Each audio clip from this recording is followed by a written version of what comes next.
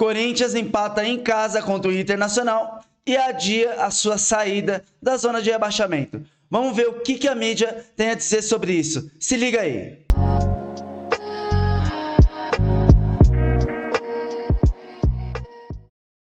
Pessoal, Corinthians empata em casa contra o Internacional nos últimos minutos da partida. Geralmente quem faz isso é o Corinthians, mas dessa vez o feitiço virou contra o feiticeiro e o Internacional conseguiu um empate ali no finalzinho, né? Deixando muitos torcedores chateados, né? Incrédulos com o que aconteceu. Porém, esse é o futebol é assim, isso acontece. Então vamos ver aqui o que falou a mídia sobre esse empate e também ver o que falaram sobre o Ramon Dias. Se liga aí.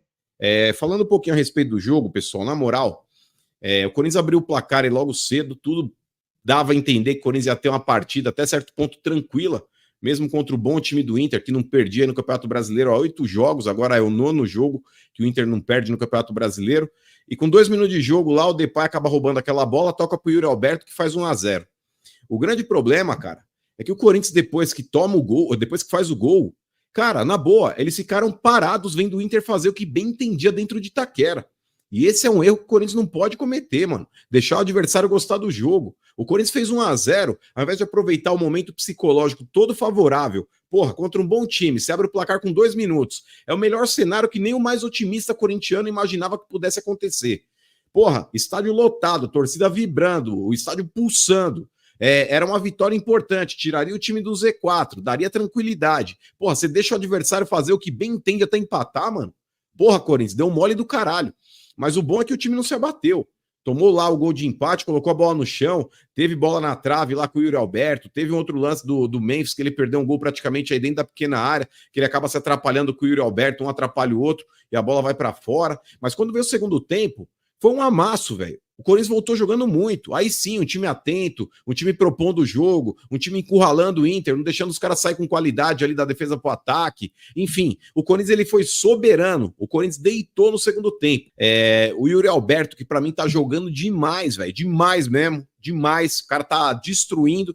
Chamou a responsabilidade, pegou a bola e marcou o segundo dele no jogo.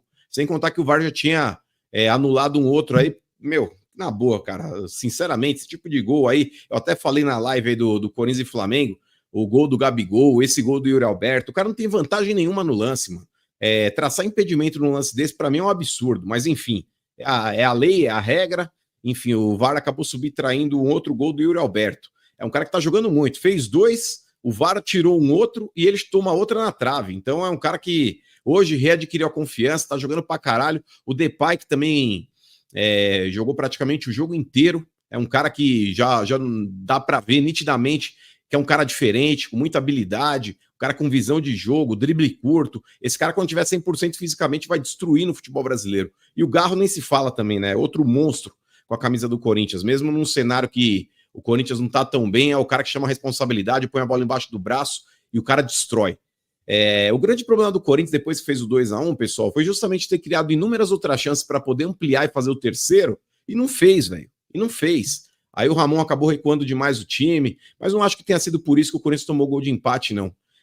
O Corinthians faltou talvez um pouco mais de malandragem nessa partida, como teve malandragem no jogo contra o Flamengo.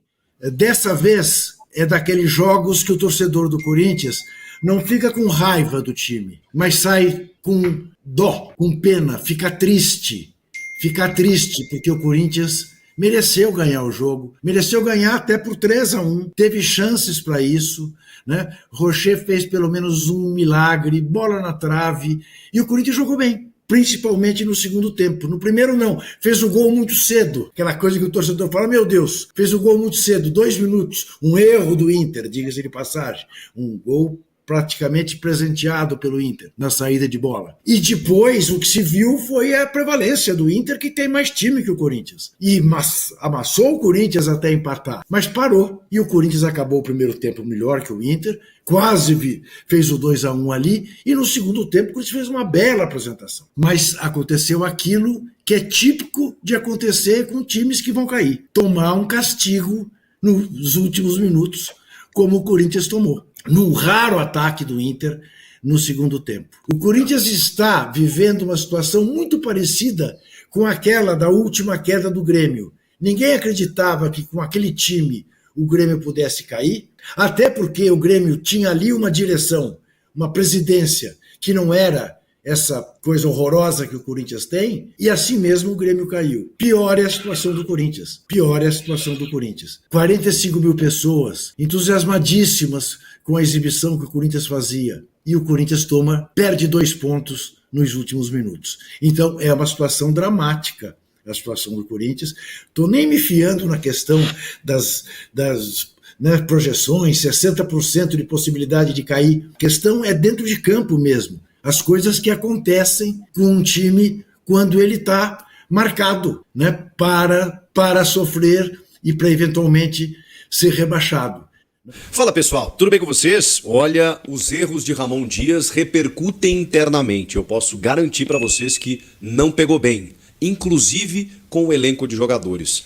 O técnico está constantemente sendo avaliado e essa reta final de temporada ela vai ser definitiva se ele permanece ou não no comando do Corinthians. Chega mais, eu sou o Chico Garcia, inscreva-se no canal. A turma já se inscreveu no canal? É só o que eu peço para você que está aqui todos os dias, acompanha os meus vídeos, gosta do meu conteúdo, é só o que eu peço, inscrever-se. Pronto, assim que você abrir o YouTube vai recomendar meus vídeos para você, vai ser muito mais fácil de você me encontrar e não custa absolutamente nada, você ajuda o canal a crescer aqui, beleza? Aproveitando a deixa, se inscreve no meu canal também, né? A gente tá chegando a 1000 inscritos e assim o YouTube vai recomendar mais os vídeos para vocês, a gente fazendo a reação aqui de todas as notícias do Corinthians, do São Paulo, do Palmeiras. Então se inscreve aí pra gente continuar crescendo, valeu?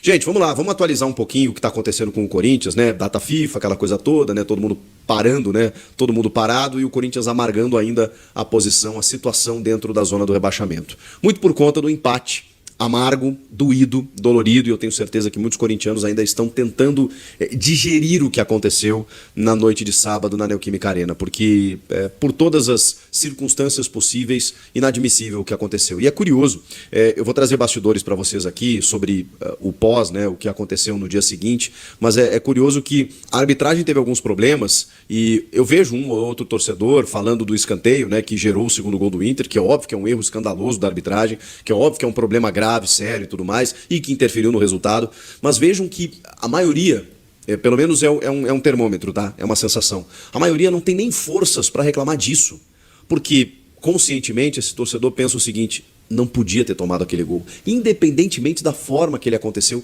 não podia ter tomado aquele gol. Tem outros torcedores que apontam, né, o impedimento do Yuri Alberto, que, de novo, é uma linha mal traçada, é um gol, sabe, com uma dúvida, que gera uma dúvida, como gerou o gol impedido do Gabigol no Maracanã, na semi da Copa do Brasil.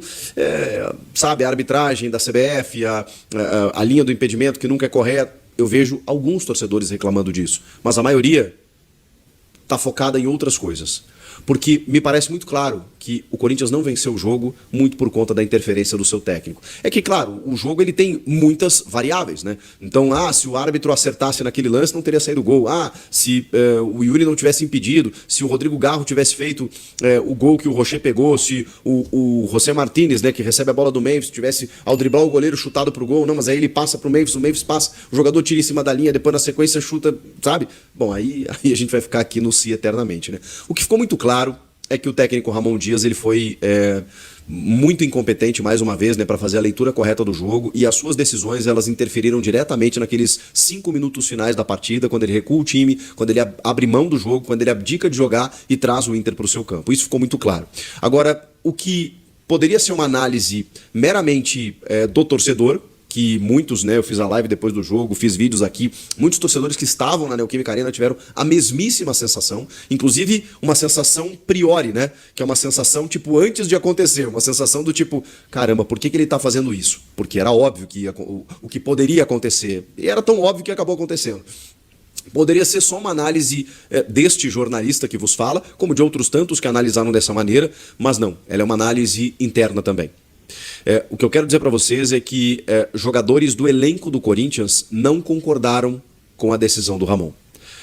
Não quero aqui trazer nenhum tipo de insubordinação, nenhum tipo de revolta, não é uma rebelião, não é que o elenco não está fechado com o Ramon, não é isso. Mas assim, há uma inconformidade com recentes decisões do técnico, que eu aqui já cansei de elogiar por muitas medidas que ele tem tido no time. Não é fácil você receber reforços, grandes reforços, muitos jogadores para a mesma posição e você variar o elenco, você recuperar jogadores. Ele está resgatando, de certa forma, o Yuri Alberto, ou o Yuri por suas próprias pernas, né? Mas acho que até a mudança tática, né? O Yuri tem sido um cara que, pela dedicação dele, mas jogado um pouco mais de beirada, às vezes segundo atacante, atacando o espaço. O jogo do Yuri favoreceu e isso é mérito dessa comissão técnica. Com o Mano ele não conseguia jogar, o Antônio ele resgata um pouquinho, depois ele cai de novo. A comissão técnica atual, ela fez com que o Yuri estivesse voltando a jogar. Então assim, isso é um ponto, tá? Tem vários elogios a serem feitos, o Matheus Bidu, acho que também uma reconstrução, né? Na ausência de um lateral afirmado, eles conseguiram recuperar o Bidu, especialmente quando adotam uma linha de 3 e aí favorece o jogo do Bidu, como favorece o do Mateuzinho. Tem medidas elogiadas nessa comissão técnica. Mas tem também algumas críticas que a gente precisa fazer, especialmente dos últimos jogos. Quando a coisa apertou, quando ele precisou tomar decisões na hora decisiva, a coisa não aconteceu. E não é só uma análise minha. Eu posso garantir para vocês que alguns jogadores do elenco não gostaram, especialmente dessas trocas que aconteceram nesse último jogo contra o Inter. Que todo mundo entendeu e percebeu o que ele fez, o que aconteceu. De que realmente, ao mudar daquela maneira, o Corinthians acabou entregando o resultado. O Corinthians acabou chamando o Inter para o seu campo. E muito por conta das decisões do técnico, o Corinthians acabou cedendo o empate. Eu ouvi de pessoas de dentro do elenco o seguinte: quando ele chegou, era só elogios. Os jogadores eles sentiram uma diferença muito grande, muito clara, quando o Ramon Dias e o Emiliano eles sucedem à comissão técnica do Antônio Oliveira. Em termos de conversa, em termos de preparação, em termos de maturidade, em termos de prontidão. Cara, eles olharam e falaram assim, caramba, vai dar bom. Isso antes dos reforços, tá? Posso garantir para vocês que assim, na chegada do Ramon, eles já perceberam que a coisa ia andar. Ia engrenar. E realmente o trabalho teve uma constância interessante, teve uma evolução, o time começou a jogar melhor, há um padrão, quando ele escalava 3 zagueiros ou 3 volantes, né? Quando ele mexeu, ele teve repertório, quando ele mexeu no time várias vezes, os jogadores tinham confiança, ou tem, né? Não dá para dizer que eles perderam a confiança, mas sempre tiveram confiança no trabalho do Ramon. Recentemente há uma desconfiança. Há uma desconfiança por conta de algumas mexidas. Ninguém entendeu o que ele fez nesses dois últimos jogos. Os 2 meias e 2 volantes apenas contra o Flamengo no Maracanã, e aquele amasso que foi, e agora, recentemente, essas trocas estapafúrdias ali na reta final, com o time ganhando, mas por um placar mínimo, né, de 2-1, e acabou chamando o Inter, até pelas trocas que o Inter estava fazendo, e com isso o Inter chegou ao empate. Então, assim, não foi algo bem recebido por alguns jogadores, não vou citar todos aqui, né, mas por alguns jogadores do elenco. E também dizer para vocês que eu vejo muita gente, inclusive, nesse termômetro de rede social, pedindo fora Ramon. O Ramon não vai cair agora, né, por várias circunstâncias. E uma delas não é nem o fato dele estar nas semifinais das Copas. Não é nem isso. É o fato de que você mexer com toda essa estrutura nesse momento do Campeonato Brasileiro é muito arriscado. Porque, beleza, você pode trazer um técnico, e não sei qual, de verdade, assumiria agora nessa condição. Você pode trazer um técnico que, sei lá, o cara recupere o time e emende aí 3, 4 vitórias, o que é muito difícil, você fazer isso numa virada de trabalho. A tendência é o cara dar uma patinada no começo. Mas ok, você, sei lá, traz um técnico e com essa perspectiva. Ou você traz um treinador, você mexe completamente na estrutura, você causa uma ruptura tão grande que o time perde ainda mais confiança. Então, não haverá risco nesse momento, pelo menos nesse sentido. A diretoria não vai mudar agora por várias circunstâncias, mas especialmente por isso. Não vai arriscar o trabalho. Tem as semifinais das Copas, tem, mas não é só isso. É o fato de, no Brasileirão, você tentar dar confiança ao Ramon, dar estabilidade ao elenco e mexer o menos possível. O Ramon está até um pouco, digamos assim, desconectado com o que está acontecendo, pelo menos no discurso. Talvez internamente ele tenha outra verve, outra vertente, outra postura, mas no discurso externo é preocupante o que ele tem dito. Não, estamos tranquilos, vamos sair dessa situação. A sensação que dá é que ele não está entendendo qual é a gravidade do problema. Então, assim, o Ramon, ele está tendo tranquilidade para trabalhar nesse momento, ele vai ter essa tranquilidade e ele vai ter que recuperar o Corinthians. Vou encerrando o vídeo por aqui, não vai embora ainda. Vão aparecer outros vídeos para vocês ficarem mais um pouquinho comigo. Valeu, então, fui!